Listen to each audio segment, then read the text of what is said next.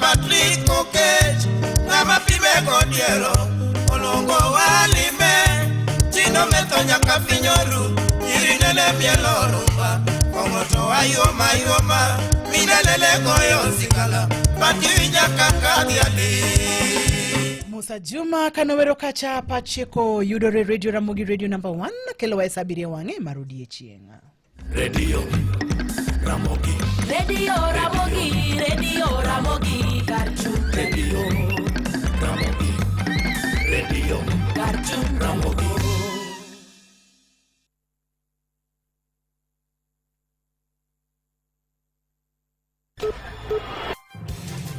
Weche manyien gi Coopbank.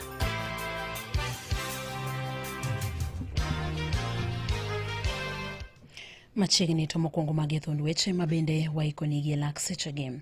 Familia bich odong' maonge kod ot e kar dak ma Shauri Yako e boma ma Homa Bay bang' gas muoch kendo wang'o utegi otieno manyoro. Achije mabende tudo gi kuo mag dhok otieno manyoro nyomo jodala gavana machon ma Kisumu County Jack Ranguma dalane mabende nitiere Chemelele sub county ma Muhoroni kama bende ne gikwale rombe 20. Komachielo bende eni Boniface Mwangi owuok oko mar yango elela ne obro laro koma mar jatend piny e yiero maduong' mabiro mar higa mar 2027. Weche manyien gi Roda Odhiambo. Machiegni wachako kod kaunti ma Homa Bay kama wayudo ni familia bich ne odong' maonge kuonde jot e kar dak ma Shauri Yako e boma ma Homa Bay bang' gas muoch kendo wang'o utegi otieno manyoro. Masira mar machno ne omuoch kar saa 2:10 mar otieno kendo wang'o utego kod mwandu duto mag ot molokore buru. Kalure kod achiel kuom jogo mabende ne oyudo masirano Maureen Achieng'a silinda mabende ne nitie kod gas ne omuoch kar saa 2:10 mar otieno manyoro e achiel kuom utego kendo landore ute mamokogo. Nyoro gimoro saa 2 kama na ya tich. Kadonje ot abedo 10 minutes. Tawinjo ni ka gas omuoch ka jirani. Aringo alarora gi nyithindo oko. Thuolo manoko nota aneno kaka mach ne liel gi kona mane ochako go nikech ot mane mach ochakore go e ot motenore gi oda the immediate house motenore gi mara. Koro an nyithinde malarora go oko atemo na ywa kom odhi odino dhoot maonge kaka nanyalo wuok. Koro by the time ma pod achung' gi oko ang'iyo kaka mach liel to wuon odno madichuo ne temo mondo wuog oko gi gas no mondo odir to unfortunately gas odhi olwar e kom makasto mach omedo moko.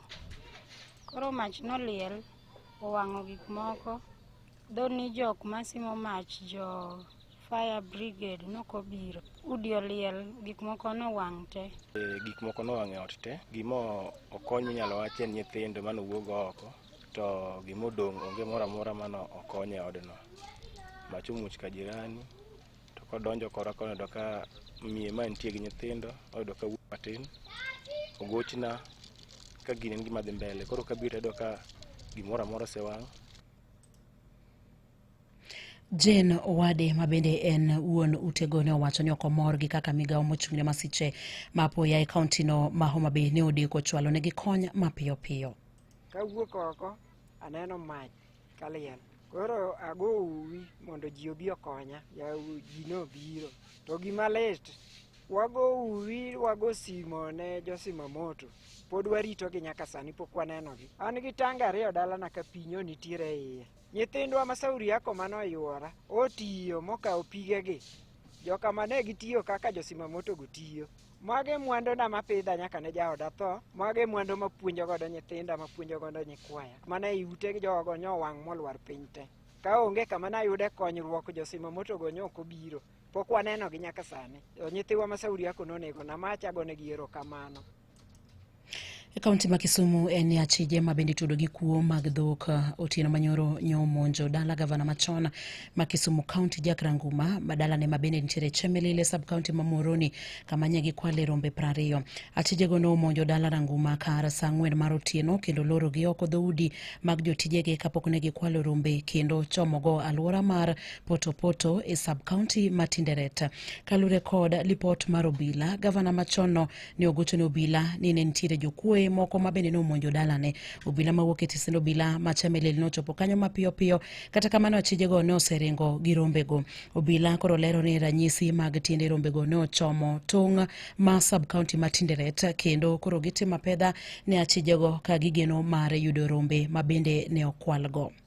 Komachielo wechego mag thieth en ni jokanyo mag duond bura mar Kenya Moja kata riwruok mar siasa mabende ong'ere kaka Kenya Moja koro dwaro mondo mi jatend migawo mar thieth Aden Duale kanyakla kod jatatije ka okumba mar SHA Mercy Mwangangi mondo mi ogwe tao ka bende giwacho ni giserem chwalo chenro mopogre e bwo migawo no mar thieth ne jokenya.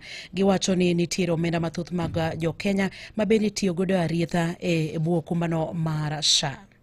One of the avenues we are looking at, if in the next 48 to 72 hours, Honorable Duale does not resign. And remember that Duale and his associates and the surrogates of State House that have been involved in this should not hoodwink them and divert their attention. The chief architects of this scheme are Honorable Duale and the people in State House. Wadhi kaunti ma Migori kama wayudo ni moko kuom jodak ma ogwedhi e Suna East sub county koro chwalo ng'ur margi ewi chal marach mag chenro mag thieth e od thieth ma ogwedhi health center ma bende yudore e sub county ma Suna East county no ma Migori. Jodago kotelnegi kod John Ogwedhi giwacho ni chakre odiochieng' manyoro kata otieno manyoro pok giyudo thuolo mar yudo chenro mag thieth e od thieth no ma Ogwedhi health center. Jatuo moyiene donjo e odno kata osiptandno from saa 12 odhiambo nyaka kiny saa 2 okinyi en mana dhako madhi nyuol. Ka dayo moro tuogo gotieno, nyathi moro tuogo gotieno, jatuo ok ter to daktari te chulo gi sirikal ne gino kochako nuore kendo to wabiro loro gedno nyaka waziri chop nyaka osiptandni manyiso dakteche gi joma chulogi to pesa gi akanye. Jatend migawo mar thieth e kaunti ma Migori Caleb Opondi koro wacho ni od thieth no onego bedi chiwo chenro mag thieth gotieno e gwenge ma kono. Bende owacho ni gi kinde ni gitimo nonro mar yudo yo mar neno ni od thieth no ochiwo chenro mag thieth gotieno kata ne jodak ma kono e gwengego mag Ogwedhi. Komachielo bende en ni kweth mag jokombe machon mag Alensi dwaro romo machiel kachiel gi jatend piny Migosi William Ruto mondo mi gitwag kode ewi wach chudo mekgi mag pension ma bende oseyware kuom kinde mathoth. Kane oloso e lo kwethno mane en kansila ma South Alego Ward Vitaly Zawandu Ondewe otielo dwaro mantie mondo mi oru chenro makamano ka giwacho ni jatend piny Migosi William Ruto onego rom kodgi kendo mondo mi gitwag ewi wach machalo kamano. Jafo marwa George Amolo nigi ler mathoth ka oke kaunti ma Siaya. Kotelnegi gima ne en jatend Alensi machon ma South Alego jaduong' Vitaly Zawandu Ondewe, jotend Alensi machon go e kor ramo ni koro gidwa romo gi jatend piny William Ruto mondo gitwage wach chudo mekgi. Senate nosebedo piny boneno ni councillors oripo chul. There was an agreement mane wacho ni noripo bed ni miyo councillors 1.5. Ka osemiye 1.5 noripo bed ni chule 30,000 per month. Pese mang'eny rumo e corruption. Ka to leaders mno lead a level ni to okaw mowit kucha. Awacho ni wasedhi Kasarani, bua chokre Kasarani bua loso. Wasedhi nyaka bua bedo Nyayo Stadium. Ne okwaromo kod president. President ne wa expect okwaneno. Wadhi Nyayo bende okwaneno president. Right now, wadwan mondo warom gi president mar Kenya. Mondo wabed piny mondo wawuo. Kansila Zawandu Ondewe manowuoyo gi Radio Ramogi oywak ni thoth jogo manotiyo kaka jotend Alensi sani chandore jal magi kuonyore mana gi pado nikech piny owacho jwang'ogi. Councillors, most of them are dying in poverty. They don't have anything and they served people. They are not recognized now. Koro daher mondo sirikandwa kochakre gi president marwa moluora ahinya Dr. William Ruto mondo ipar ni councillors no serve. Councillors no tiyo matek kabisa kanyalo paro ni gitie hardships kendo magi joma notiye pinyni e yo motegno kabisa. Nene moko kuomwa thothwa ne ringo mana kod ndigni. Tisavo kuonde mamoko sani gin constituencies. Kuom mano tielo ni gidwaro chudo mekgi nikech en gima lit ni pesa thoth ma iketho e yore mag mibadhi e pacho kae to gin to ng'at ma dewogi onge. Tinwang'o ka jomoko kao pes piny tugo koda tugo iwinjo ni bilionde lal. Ae councillors tiweyo kanyo joma no serve jopiny e hardship. Wadwaro wuok right now ok wadhi Kasarani. Bende ok wabidhi Nyayo Stadium or pap yoyote. Wadwadhi State House. We want to meet the president there and we talk about this issue of pension. We want our rights. Kansila Wandu olieko ni gin kaka jotend alensi mawuok e kaunti ma Siaya giseluongo romo kiny tich ang'wen mondo gimany yo mar kaka ginyalo tudore gi jowadgi mamoko e pacho kae mangima mondo gitim limbe kar jot mar jatend piny. Akwayo all councillors and more so Siaya County councillors machon wadwaro ni mondo warom chieng' tich ang'wen waromo saa ang'wen onyango all councillors from Siaya and akwayo the whole country that each and every county all councillors should meet and make a decision. Ne Radio Ramogi e kaunti ma Siaya and George Amolo. Jakene ratich oganda Boniface Mwangi owuok oko odiochieng' ma kawuono mar sidayanga dwaro mare mar bedo jatend piny e yiero maduong' mabiro mar higa mar 2027. Moko kuom jotelo ma bende geno ni biro yuoro e nyasi mar sidayanga dwaro makamano en kanyakla kod Willy Mutunga ma bende neno gai mar do kanyakla kod Kivutha Kibwana moko kuom jotelo ma bende geno ni biro chopo e nyasi makamano. Boniface wacho ni oikore mar tiyo makare ne oganda jo Kenya kapo ni biro yiere kaka jatend piny e yiero maduong' mar higa mar 2027. Imedo winjo weche manyien gi Roda Odhiambo. Ogai mar do Martha Koome otelo ne oganda jo Kenya odiochieng' makawuono mar yango odiochieng' Katiba Day. Mano odiochieng' mabende idhialo godo odiochieng' mabende nochuoge katiba mar higa mar 2010 ka bende Koome owacho ni katiba mar higa mar 2010 osekelo telo makare pacho kae bende oseneno ni okedne ratich oganda e yo makare pacho kae ka bende omedo singo ni bad migawo mar do bro medo tiyo koda okenge makare mag neno ni oganda jo Kenya oyudo ratichgi e yo mowinjore. Komachielo bende en ni jokede ratich oganda e gwenge mag Mombasa bende oloso e yo machalo kamae e wi odiochieng'ni mar dhialo odiochieng' Katiba Day. Kama watetezi wake za kibinadamu tunaona katiba ni kitabu tu kimeandikwa. Institution ambayo yafaa ilinde katiba wamepotea. Tumeona corruption imezidi, mambo ya devolution is not real, ukabila umeingia, nepotism. Kwa kifupi kuna watu wana frustrate katiba, ingawa leo miaka 15 bills of right iko pale, lakini wa Kenya kila regime ikiingia wanaua vijana. Licha ya kuwa serikali na ujumu na institutions na ujumu katiba hii, wa Kenya pia lazima wawe macho, wawe active, especially Gen Z lazima waielewe hii katiba. Mtu ambaye wa kwanza alipinga hii katiba na kazunguka Kenya mzima akisema hii katiba ni mbaya ni huyu rais, hata implement aje. Mane mabiro kelo giko mag weche manyiena e yorno mar adimbage lak seche gito mag thund weche mabende ne waikoni.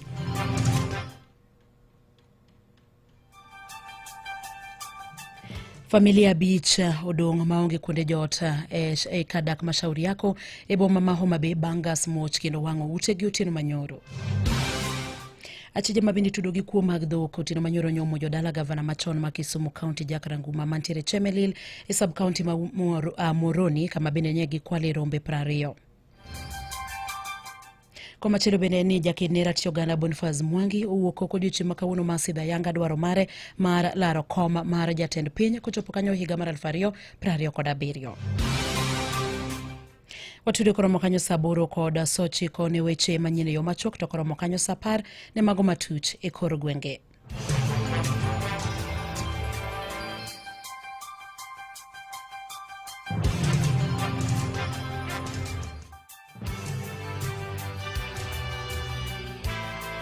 Mago ne weche manyien kokelni gi Coop Bank. E kindeni mag back to school, Coop Bank timo ni chudo mag school fees kod dwachi mamoko e yo mayot maonge stress. Chul school fees e yo mayot kokalo M-Pesa Paybill 400-222. Yud hola mapiyo kokalo M-Cop Cash kata di *667#. Nyiep kitiyo gi Coop ATM card mari kendo ketne nyathini pocket money ei Coop prepaid card.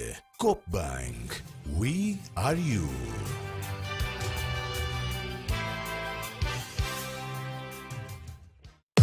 Bengi mar Cooperative e bengi moyiedhi manyalo biro konyi oro pesa, kowo pesa, kamoro amora ma intie e yo mayot nono maonge chudo moro amora. Ka in ja Kenya modak oko mar Kenya, inyalo oro ne wede osiepe pesa ka in kama intie no mana kod Cooperative Bank. Oyude mana aching' nono maonge chudo moro amora. Inyalo yude e bengi mari mar Cooperative man machiegni kodi kata ore achiel kachiel nyaka account mari. Kuom mathoth, chik itie chenro mar kogwen kod an VOJ. Ang'isi anena kaka inyalo oro pesa ka in oko mar piny Kenya ne wede osiepe ka gin e Kenya ka mana kod Cooperative Bank. Light ya nini? Aya, kare wa record. E weche mag tuke ni jatugo machon mar Harambee Stars Victor Mugubi Wanyama owacho ni omanyo klab machielo kendo wacho ni thuolo mare madhi rutaya pod bor mokalo. Jatugo nero ma jahigni 33 mosewedo ka godier pap ne Kenya e kinde mokalo osetugo ne timbe kaka Tottenham Hotspur, Southampton kaachiel gi Celtic ka sani onge klab moro bang' orak mare gi trim mar CF Montreal rumo Novemba higa mar 2023. E dwe mar adek higani Wanyama nodonjo e tim mar Scotland miluongo ni Dunfermline Athletic, kara kamano nodogo wuok e tim no ka koro sani en thuolo mar donjo e tim machielo. Okang' mar Wanyama mar duogo e tugo biro mana thuolo machuok bang' ka noduogo e tim mar Harambee Stars e higa mar 2025 e dwe mar auchiel, kara kamano nodogo thichore oko e tuke kata e squad mar Harambee Stars ka nowacho ni ne en gi moko modiye. Komachielo en ni klab ma jok mamine mar Bungoma Queens chano ma timo tuke mag osiep motelo ne chakruok mar season manyien. Kocha mar timno Ero Geoffrey Mwabonga sani koro wacho ni osemiyo nyige go yueyo moromo nyaka negi season room season mokalo ka koro sani en gi ikruok makare maduogo gi mbi mapek. Mabo pre-season gie kinde no Ero kocha Mabonga no medo wacho ni onge gi paro mar uso jatugo Ramogi Radio Ramogi kar chuny jaluo. Watimo mos kotendre kod ng'ikruok mar weche tuke, kata kamano kete mana e nyakalondo mari mar Ramogi bang' thuolo machuok idhi do weche tuke yo maber mokalo. Sa en 7 okalo dakika 16 tene ni thuolo na mar bede studio serumo kata rumo Kikisudi Kasuku Rafael bota ye chendo mar Donse Wednesday edition. Kanya sach kori timorita kinywa chakwa tema na kiny tich ang'wen kinyalo paro wach mar doho makosele. Tich ang'wen ma okalo ne wamulo doho makosele. Kato ne wang'iyo weche mag chamo muma. Kani chamo muma ni tima. Ntiere weche mani watudore godo mang'eny mokalo tich ang'wen mokalo. To kapo nono ni ne no bai mago gin weche mokadwaga no bai kata matin. Kati wacho kacha ni no wuoka e doho ma odhi ka jinene kodhi ne en ng'ato ere kaka nodhi to noyudo kosetho. Gin weche mok yot kata matin. Kiny kama ne wawe godo no emwabo make godo kwa butudore kod mwalimu Wadienge e wang'o nyango TBT. Chenro ni nitayo ni kodan nyanya kachanya Joseph Otieno Duk kani wantere kacha kod Mina Jako warome Ramogi TV sa 12 mar odhiambo adhi kelo ni chenro mar penja Laktar Oriti Masani. Ramogi Radio Ramogi.